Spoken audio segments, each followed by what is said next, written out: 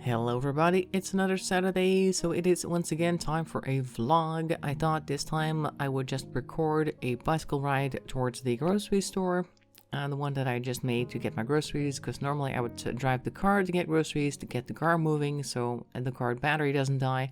But this time I thought, you know what, I haven't moved much over the past few weeks, I might as well go ahead and ride my bike to the grocery store and maybe also film it because it's not that bad of a day. And part of my trip goes through this long lane of trees, and that might be fun to watch, but I don't know how much exactly is going to show up. I think I was trying to keep the phone on landscape. It was stuck in one of those pockets on the front of my coat, and I thought it was reasonably landscape, but it turned out much more angled, I guess you would say, than it should have been. Anyway, so a week has passed. Last week, Harold, our main character, was still trying to get rid of traces, or at least trying to hide from the crime that he committed. And during this week, he actually got rid of the last part that he had, and that was his car, which was undoubtedly traced through traffic cams, although of course he thinks that nobody's seen it or whatever, because nobody's actually gone and talked to him about the car. Nobody's come to talk to him since that one time that he had the cops over at the school asking him if he knew who Amber was. But now when he went grocery shopping, a woman panicked when she thought a kid was about to jump in front of her car, and so she rammed his car, and he was like, okay, well, just give me some money to buy another secondhand truck because I don't have insurance, you don't have insurance, and we'll just call it a day. And then he went and traded in his white truck for a blue one.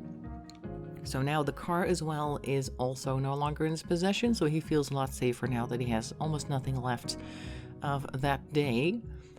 During the rest of the week, he has decided to join a bunch of social media platforms because he wants to find out what this new girl is all about, whether she is really pure and innocent as he thinks she is.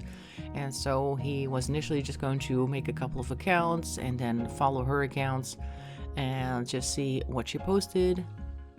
Then he actually got a reply from her on one of his fake accounts.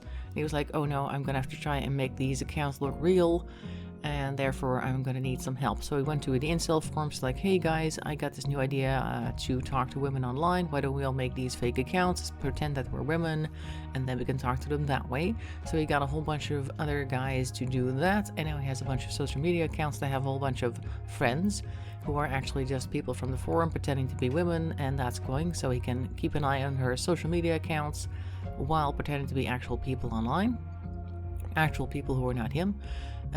He's also decided that he wants to see what she gets up to after hours. He has her schedule already, of course, because he's been nosing around in the school computers, and he also wanted to know what she gets up to when she's not doing any of her activities or classes. So he came up with a whole plan to plant a small spy cam outside her window to see what's happening in there.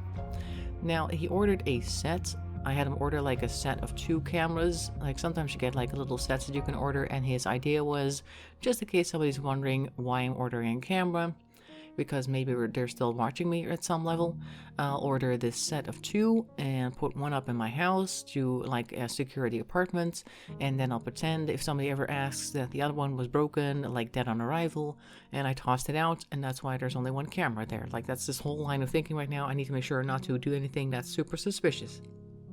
Of course, the second cam is now hanging outside her dorm window, and he hasn't really seen anything interesting there because she really doesn't do much. She's kind of a boring character. I decided she doesn't actually get up to much. Well, she does a lot of things. She has quite a schedule, but it's not like she's got much of a personality. So maybe I'll have to change that later, but in any case, for now, he's just looking at her from a distance and not much is happening there.